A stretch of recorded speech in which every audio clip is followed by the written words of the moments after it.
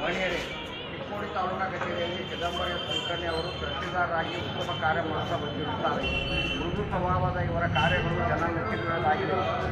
ಇವರು ಸಾರ್ವಜನಿಕರ ಕೆಲಸ ಕಾರ್ಯಗಳನ್ನು ಅಚ್ಚುಕಟ್ಟಾಗಿ ಮಾಡುವುದರ ಜೊತೆಗೆ ಕೆಲಸದಲ್ಲಿ ಎಂದಿಗೂ ಬೇರೆ ನೋಡದೆ ಹಗಲಿರುಳು ಬಡವರ ದೀನದಲಿತರ ಸೇವೆ ಮಾಡುವ ವ್ಯಕ್ತಿ ಇವರಾಗಿದ್ದಾರೆ.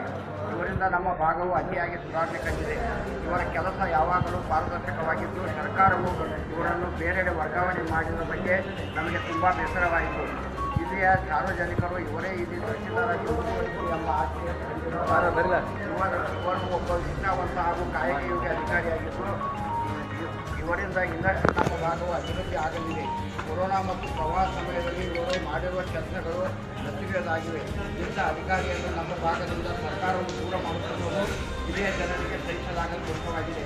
ಕಾರಣ ದಯಾಳುಗಳಾದ ತಾವು ಇವರ ವರ್ಗಾವಣೆಯನ್ನು ರದ್ದು ಮಾಡಿ ಮತ್ತಷ್ಟು ಕಾಲ ಚಿಕ್ಕೋಡಿಯಲ್ಲಿ ಸೇವೆ ಸಲ್ಲಿಸಲು ಇವರಿಗೆ ಅನುವು ಮಾಡಿಕೊಡಬೇಕೆಂದು ತಮ್ಮಲ್ಲಿ ವಿನಂತಿಸುತ್ತೇವೆ.